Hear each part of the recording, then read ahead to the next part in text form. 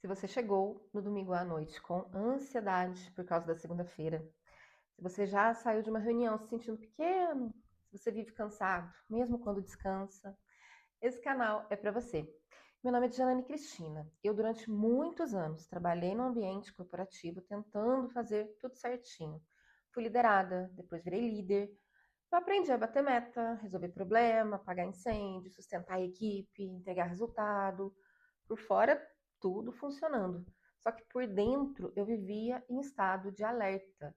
E eu também percebia pessoas adoecendo em silêncio ao meu redor. Gente extremamente competente, mas tomada pela ansiedade, pela necessidade de aprovação, com medo de conflito, sentindo culpa por descansar, com muita dificuldade de impor limites. Eu também estava assim. Em muitos ambientes corporativos, você vai aprender rapidamente uma regra que é implícita: sentir atrapalha. Questionar também incomoda. E colocar limites pode custar caro. Então, muita gente começa a sobreviver performando. Fica eficiente, produtivo, estratégico, mas desconectado de si. Até porque o corpo começa a cobrar. No meu caso, isso veio como um esgotamento. Eu tive burnout. E não foi só cansaço, foi aquela sensação de que eu estava funcionando no automático há tempo demais.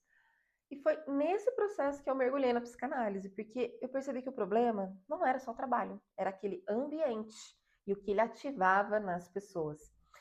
A necessidade de reconhecimento, o medo de rejeição, dificuldade de sustentar conflitos, a repetição dos mesmos padrões. Eu comecei a entender que muita gente não sofre apenas pelo que acontece no trabalho, sofre pelo lugar psicológico que ocupa dentro dele. E esse canal nasceu daí, da vontade de falar sobre trabalho de um jeito mais profundo, sobre os padrões que se repetem, sobre necessidade de aprovação, sobre lideranças que adoecem tentando sustentar tudo, e também sobre como parar de se destruir tentando ser aceito. Aqui você vai encontrar conteúdo sobre psicanálise aplicada ao ambiente corporativo. Mas fica tranquilo que é sem linguagem complicada.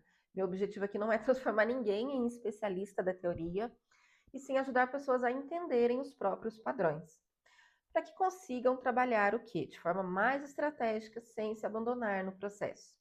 Então, se você quer entender melhor os conflitos, as relações que desgastam, a necessidade de aprovação e os padrões que se repetem na sua vida profissional, se inscreve no canal.